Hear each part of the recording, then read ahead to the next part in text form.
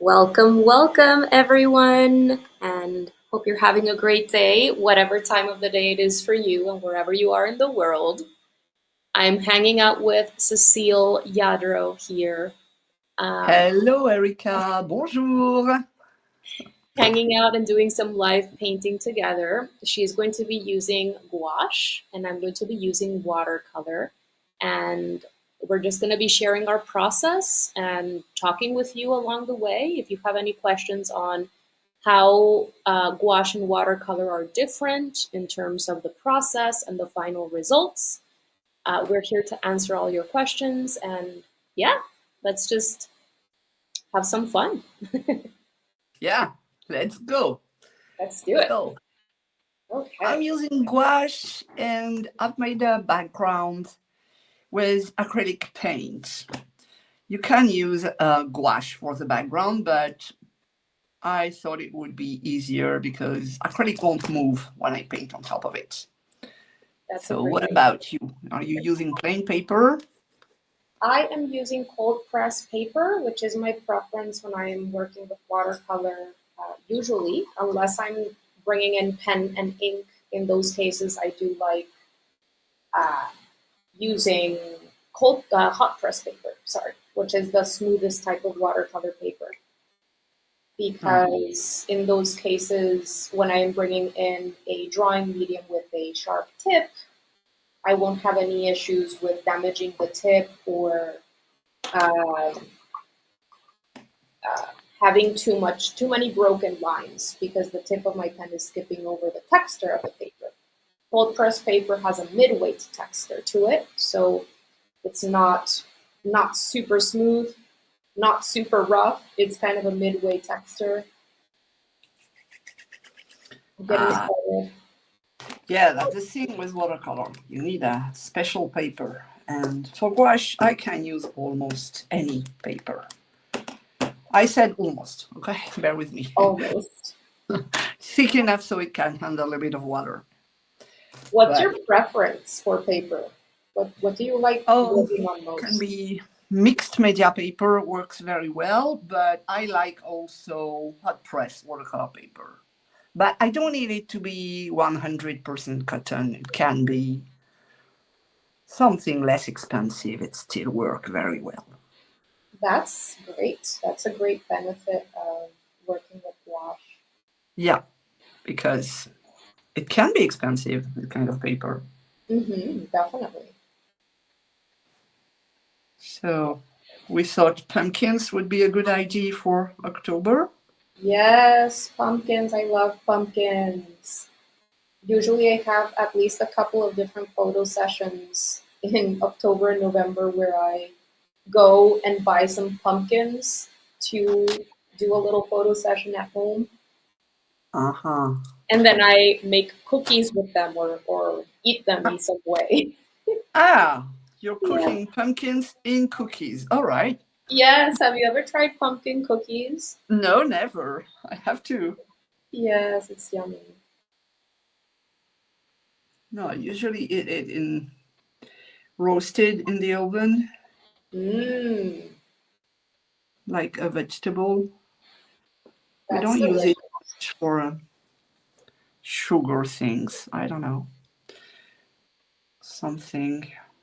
I am working on my lighter values right now because Ah, with watercolor we work from lights to darks. At least most of us. I know that there are exceptions always, and artists can do whatever they want. But usually, when working with watercolor, it's lights to darks. So that's what I'm doing right now. I'm working on my ah. lightest values with this first layer. Well, I don't mind about that because I can do it later. And now I prefer working on shapes rather than working on values. Uh-huh. I'm trying to find a good color right now because I use a blue background, so it kind of mess a bit with my eyes, but it's a kind of a challenge for me to adjust my color to the background. I like having fun like that, but maybe I'm just a bit crazy. I don't know.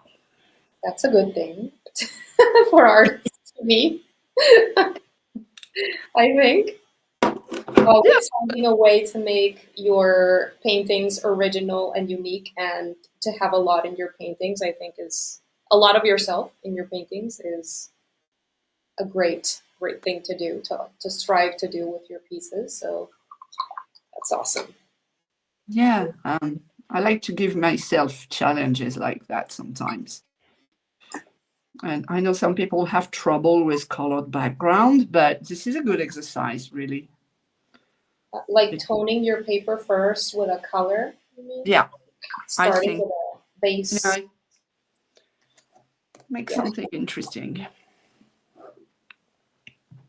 Yeah, it can really change your perception of color and value when you're working on a color, whether it's a dark color or a medium color or a lighter color. It can really change how you see value and color that you are painting on it. So, because the colors that we see are always relative to the colors around them, right? So, the way that we perceive a color, whether it's warm or cool or dark or light, it's always going to, the colors around that color are always going to have an impact on what we perceive it to be, if that makes sense. Exactly. Exactly. And you have to think about that. If you want to have a color that is very bright compared to the rest, you need to darken what is around. Otherwise, it won't be seen as light. Exactly. If you want to make something look light, darken around it, or Yeah, add deeper darks somewhere in the piece. If you want to make something look dark, make sure that you're adding lights or developing lights in your piece as well, because it's that contrast that is going to make things pop. Contrast in color and value. Right, so I'm almost done with my first layer, and I'm going to have to blow dry this. So sorry for the noise, you guys, but I don't want to have any issues with you not hearing me if I do the mute. We did a test a couple of days just to see if my live streaming software would yeah, behave it was itself. not conclusive. So maybe we should be safe and you'll have to hear about the hair dryer. Yes.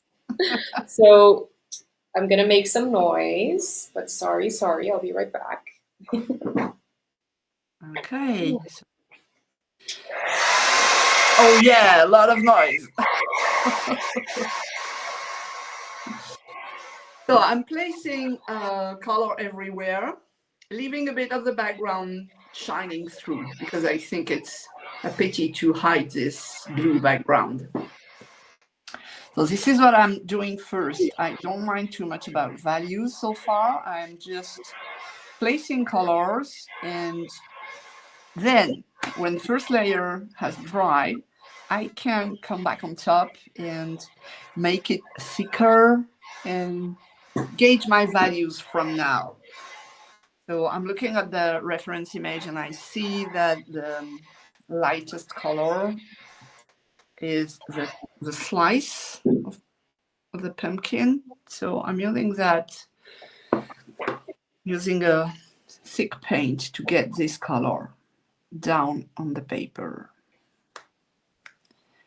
And today I want something very loose with flat brush, just to get this loose effect that I like. And this is my style, so you're welcome to use any other kind of brush, of course. Gouache accepts a lot of different brushes, and you don't need to pay for fancy brushes. You can use any cheap synthetic brushes, it will do the job very well. That's an immense benefit of working with gouache Oh, yeah. because, oh my goodness, watercolor artists usually tend to be very specific about their brushes and Yeah. the paper and uh, even the quality of the paint and stuff like that. Yeah, quality of the paint does matter with gouache, but maybe not as much as watercolor. Even if I don't recommend using the very cheap gouache because you will have a poor experience with it. Mm. And what makes cheaper gouache different from higher quality gouache? It's different things. First is the amount of pigments inside. With high quality gouache, you have a lot of pigments inside, so you don't need much paint to achieve very opaque results. Ah, Also, light fastness. So this is just if you plan to keep your art for a long time, but that can matter too. And I would say also the quality of the paste, the paint by itself. It can be a bit oily in some brands. You when you squeeze, you have a kind of a juice, oily juice coming outside. It's pretty weird, oh, but it doesn't happen with quality brands. so there's like a separation Yeah, of the yeah. I think the binder itself binder. is separating from the pigments. I don't know, or the filler. I don't know what's going on, but can be pretty annoying when you want to work. Yeah. So I am working on my midtones. I am thinking of approaching this in three separate layers, and uh, something that happens when we're working with watercolor is that the color tends to lighten and sometimes even dull a bit when it starts to dry.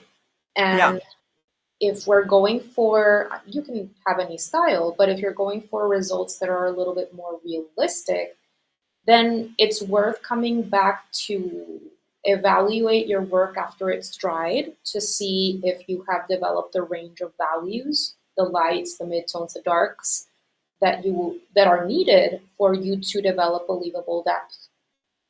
There are artists that work in one single layer, and there are artists that work in 10 layers. There are no right or wrong number of layers to work in when working with any medium. But for watercolor specifically, it's very important that you allow the previous layer to dry completely before starting to add more paint on top because it's so easy to start overworking a painting.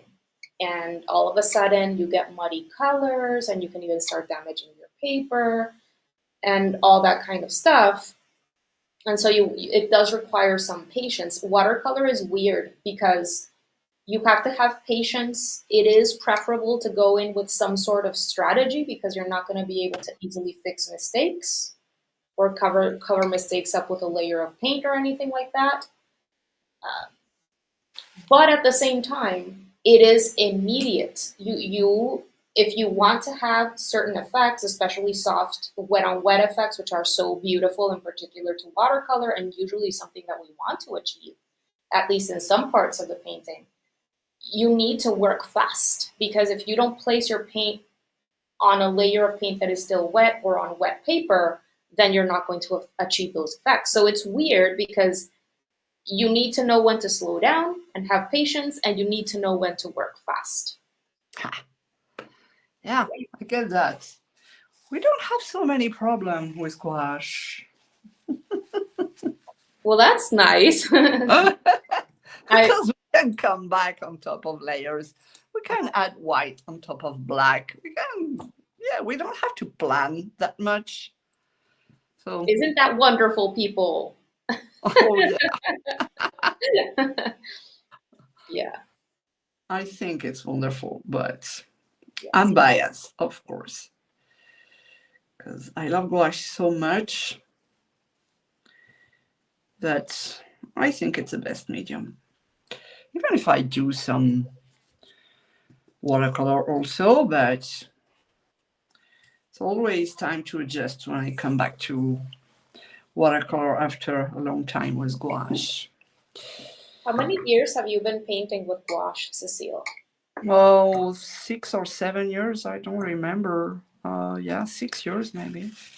And did you start with another medium before gouache, or was that? I've tried a lot of things. I've done oil painting, acrylics, watercolor, oil pastels, pretty much anything. Acrylic markers, alcohol markers, but gouache is still my favorite. I don't know. Sometimes when you find the medium you love, well, keep playing with it and enjoy the process. Although I like to change the medium from time to time because it opens new perspective. You have to rethink your painting process because each medium has its specificities. So yeah, it's good to change, but it's good to come back home. Yes, and I think there's a lot to be said about committing to what you know works for you, committing to it long term so that you can really, I mean, you've been working with gouache for a while now, but something I see a lot with beginners is that they jump from medium to medium to medium and they never really allow themselves to truly not only really develop their skill to a high level, but like discover their particular way that they want to use the medium. That takes time. Right? Oh yeah, and yeah, I get that. When you begin, you kind of jump from one to another. But it's interesting to give yourself time to really hone your skills in one medium, and then you can switch to another. Mhm. Ah, Okay. Feel free to leave questions, everyone. There's a beautiful chat area, and if you have any questions on watercolor or gouache, anything at all that you would like our input on, that's what we're here for. Hope yeah. you're having a great day.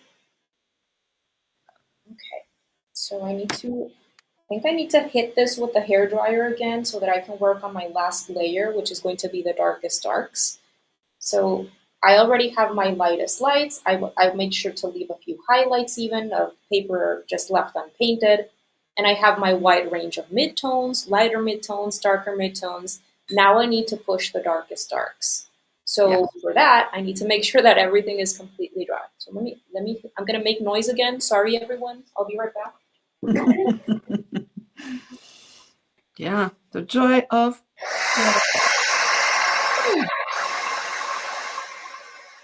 All right, so this is a time where I fix my values.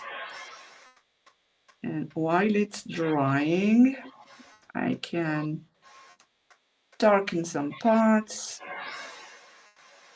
Yeah, that's better. And there is a slight. And I'm using my brush I'm holding it from um, the tip of the brush by itself. So it gives very loose brush strokes. Okay. Yeah, you're back. Oh wow, your pumpkin is looking amazing. I love Yeah, your bold color choices and always. I love color. it looks And so expressive and so unique. I love the results. It's amazing. very loose. This is what I wanted today. Maybe days are different. Do you have also days where you want to do some things very loose or other days where you want to do something very detailed? I don't know. Does it happen to you? Yes, yes, it does. And I think it's unfortunate that many times we are given this advice to just stick with a specific style and never go outside of that box. But I think we just put ourselves in this box and then don't allow ourselves to explore, as you said, and develop our skills further. Did something happen with your camera, Cecile? Cecile, are you there? Okay. Oh, she's back. She's back. Yeah, I couldn't hear you for a while. I don't know. Um, I lost you. Yeah, but I'm glad you're back. Okay, so it was just a few seconds. Anyway, so yes, to answer your question, absolutely. Sometimes I feel like pushing myself with more detail. Sometimes I feel like just creating a quick 10-minute painting with not much detail. And I think that's very important, to be honest, to do, to push yourself to do something different every now and Yeah, to allow yourself to do that. then. Hmm. Because sometimes, I don't know, we think we should stick to rules, but I think you have to know the rules, but it's just to break them. Yes, to break them in your own way. Yeah, this is how you grow as an artist. For example, I am doing Inktober, but with gouache. And Yes, how is that going? I'm seeing your pieces on Instagram. It's amazing. yeah, it's going very well. Thank you. It's really fun to do. But I had someone sending me a message and saying, how can you make Inktober with gouache? That doesn't make sense. Huh. And I just replied, well, I can because I want to. That's all. I can. Watch me. Watch me do Yes, it. exactly. Why couldn't I do that? I don't know. Yes. I know it says Inktober, but if I want to do it with gouache or with colored pencils, With whatever you want. Yeah. yeah. Most important thing is to have fun, draw every day if you can, every other day if you can't, every week even, but just practice, have fun. That's the most important thing. I agree. And also, a month-long daily challenge requires a lot of time on your end. You have to make sure that you're using it wisely. And I think it's super smart that you are doing Inktober in your medium that you want to continue growing with. So it really doesn't make any sense to just take up a challenge with a medium just because it's a popular thing when it's not really a medium that you want to grow in, or that you simply don't have enough time to. I mean, if you have a specific goal with gouache to continue using gouache, why would you devote so much time to another medium? You know, Yeah. like you're already in that, you know your goals. So it's very smart to change the rules in a way that makes sense for you with what you have going on with your own goals and all that. So I think it's awesome. I think it's smart. Yeah, and I think that being an artist is making things your own way. If you just reproduce everything you see, it doesn't really make sense to me, but just my opinion. Yeah. Yeah, I guess we can see it's a pumpkin. Some loose, I don't know what it is, some threads that are inside, in the middle. Threads. Fibers, I don't know how to call that. Oh, it's like fibers that are in the seed area, right? I don't Yeah, know what they're called, but yeah, I know what you mean. If anyone knows what these are called, those things yeah, in the middle of the pumpkin, let us know. fibers. We call Yes, that fibers, and little fibers. that we'll have to do. Just suggesting some loose brush strokes for the fibers because we all know what's in there. We've all seen the inside of a pumpkin, I guess. I hope. Yes, yes, I know what you mean. Do you eat pumpkin seeds when you do roast them? Like, do you eat the seeds separately, or is that something that you throw away? No, I throw it away. Don't like that. But I know some people eat that. I don't. But just me. They have a lot of good properties to them. Ah, okay. And here in Mexico, you can buy them in like in Yeah, in little shops, corner stores, stuff like that. You can yeah, buy. with salt. pumpkin seeds. Yeah, I know things is possible to do, but not fond of that. If you don't like them, you don't like them. Another thing that they sell here in Mexico, which is absolutely disgusting to me, and I would never be able to eat, are charales. They are dried shrimp. Ah, Oh, yeah. disgusting. I Yeah. hate. I don't eat shrimp. I don't eat any kind of shrimp or lobster or crab. I don't like that. I like fish, but I don't eat shellfish Mm-hmm. because they remind me of, for me, shellfish are like sea insects. Yeah, that's what you mean. And I hate, for example, roaches. Cockroaches are disgusting. And when I see shrimp and stuff like that, I cannot help but think of cockroaches. So for me, I can't do it. So in whatever format you show me shellfish or shrimp or whatever it is, I can't. I'm not gonna eat it. I'd probably starve or something if that's the only thing that available. Anyway, okay, so why did I start talking about this? I um, don't know. anyway, okay, so I'm just gonna add a few little darkest darks in my stem, and I'm pretty much gonna be done. I don't want to start overworking this because, as I said, it's super easy to overwork it. Uh-huh. Oh my god, your seeds are amazing! Look at that. Yeah, it's just a suggestion. I let the brain Uh do huh. the job, actually. That's I beautiful. don't want to be literal and paint everything because first, it's not my style. Second, I don't have the patience for that. I love that. Let's be honest. I love that. And isn't that cool how our personalities come through in the way that we create art and lead to different results from person to person? So you could try to copy what someone is doing, but at the end of the day, your hands, the way you use your brush, and your temperament is always going to show in some Yeah, way. exactly. And I think I'm done.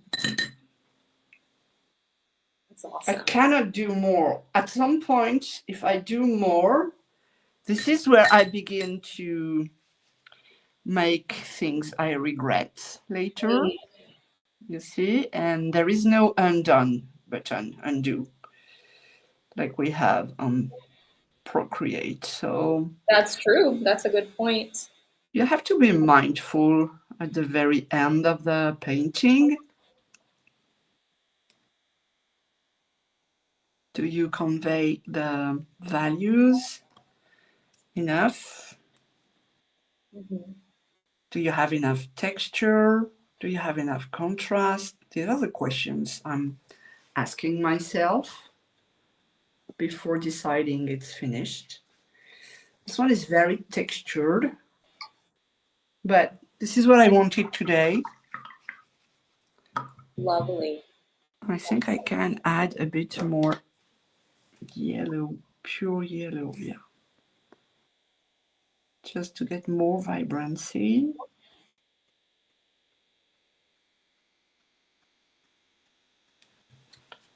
By the way, you guys who are here in the room, Cecile and I are going to do chats where we're going to be just talking about important topics pertaining to art related stuff, sometimes controversial topics, sometimes, um, just little things that are out there, myths that we feel are important to dispel, things like that to help you in your journeys. And we're gonna be having these little chats on YouTube every now and then. So if If you have any suggestions on topics that you would like to hear us talk about or would like our input on, please let us know. Subscribe to Cecile's channel. Her link to her channel is in the description box right beneath this video.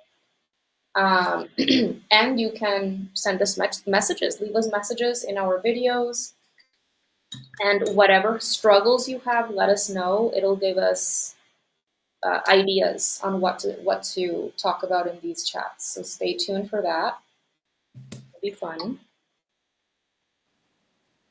Oh yeah, it will be fun. Because we have a lot of ideas, but we want to be sure that this is what you need to hear. Yes, we want your input. Or you can send us messages on Instagram if you want. Yes, also send us DMs. I pretty much check it every day, so. We want to hear from you. So I am pretty much done, but I want to tell you what I am observing in my painting. So Yeah. in the reference, there is no cast shadow. And I made the reference available in a public post over on my Patreon, which is available for anyone who wants the references. You can simply click on the link right beneath this video and you'll be taken to a public post on my Patreon where at the end I've attached the reference. But anyway, so if you see the reference, you'll notice that it doesn't have a cast shadow. I added it just because I know that having a shadow, just like Cecile added in hers, is important for really conveying a sense of realism. Whether you're going for mid to higher levels of realism, observing shadows is important because this is a voluminous object that has mass. And so if any object has mass and planes to it, it's a three-dimensional structure, it's going to block light from hitting the surface beneath it, right? So that is going to add realism to the piece. It's going to add more, it's going to convey 3D-ness and depth. So that's why I decided to add the cast shadow here, even though I don't see it in the reference, because the reference is probably just a cut out pumpkin from the original photo. But anyway, so I decided to add that, but the thing is that I don't see darker values here, because if I say that the cast shadow is on the lower right, this means that the light is coming from the upper left. Because if the light is coming from the upper left, this is going to block the light, and that is why we see the cast shadow.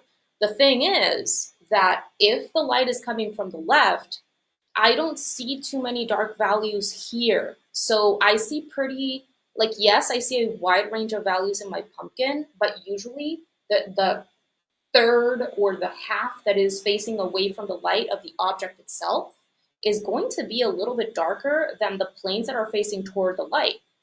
So that's something that I'm observing in my piece that I think I can take a little bit further, and I can add just a quick little mid-tone to darken the area, just to have a bit of a darker value over here when compared to this area over here.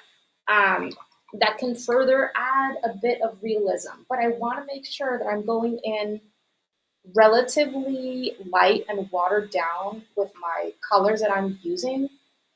And I'm just going to do a quick glaze, loose glaze over here on this side to create a bit of a darker value. I hope that that makes sense, but it's very important to keep consistency when it comes to the light situation in your piece, whether you're just painting one single object or multiple ones or a full scene. Ask yourself, where is the light source located in relation to the object or the subject, and how can I keep the lighting consistent? That's always something that I ask myself. Darkening a little bit more over here. Anyway, so that's the last little thing. As Cecile mentioned, it's important to evaluate, like, am I really done? Is there anything else that I would like to add or to develop to create the sense of realism that I want, or the level of expression that I want, or to bring more of myself into the piece? Whatever it is that you want to do, whatever your style is, whatever it is that you're wanting to accomplish, come back to see everything as a whole and ask yourself certain questions, and then you can see if you're done or not. Sometimes what I find, Cecile, is that people finish too fast or never finish. Yeah, exactly. And this is a question I get all the time. When do you know it's finished?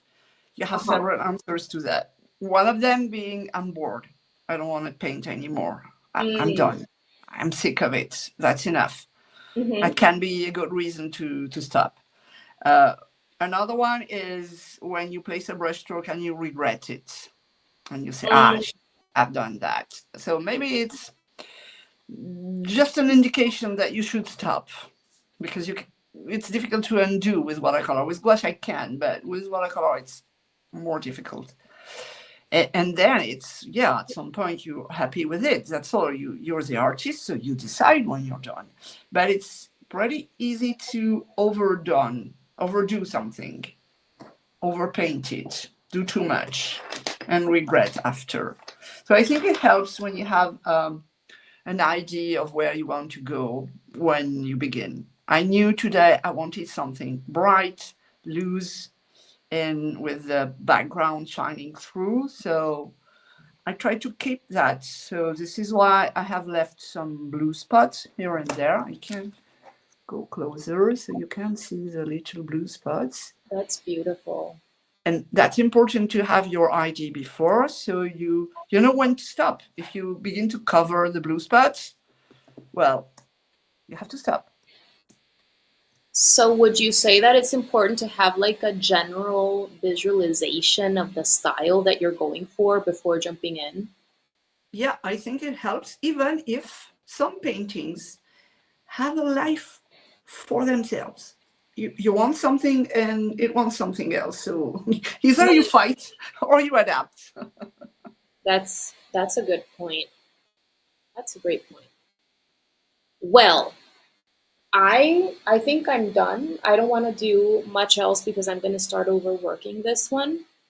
Uh, I love how your piece turned out, and this conversation was, I think we touched on very, very cool, important topics that I hope that you guys in the room got value from. So, does anyone have any questions for Cecile or for myself? And we'll answer you guys. And if not, make sure to reach out via Instagram or leave us a comment on YouTube. All of the links are right beneath this video. Make sure to follow us both. Subscribe to our channels, follow us on Instagram so that you can get notified of when we do our next live stream on YouTube, because we're going to be doing more of these every now and then, and it would be super cool to hear from you and make sure that we are providing the information that you need, or like touching the topics that you want us to provide input on. Yeah. Um, but this was awesome. So I'm just gonna wait for a couple more minutes, see if anyone has any questions on anything, gouache, watercolor, supplies, process, anything at all. Let us know. We're just gonna hang out for a couple more minutes. And this was awesome, Cecile. I had lots of fun. Yeah, it's fun too. We have very different styles. That's really cool. We do, we do. Uh, but I think that is awesome. Like seeing two people, their approaches as we paint something similar simultaneously, I think is informative for people. So I hope that you guys found this interesting, seeing both processes at the same time and seeing how the outcomes turned out. Very, very different. Reshbi, you're very welcome. Hope you're having a great day. Okay. Okay. So, if no more questions, well, I guess we can call it done. And I hope you liked it. And don't forget to tag us if you paint something from this live. Definitely, if you're sharing on Instagram or anywhere else, tag us. All the information is down beneath this video. All the links, everything you need to know. All Thank you right. so Thank much, you. everyone. It was great to see you, Cecile. Have a great weekend, everyone. Yes. Au Thank you, revoir. Yoli. Bye, everyone. Thank you for popping in. Have a great weekend. Bye.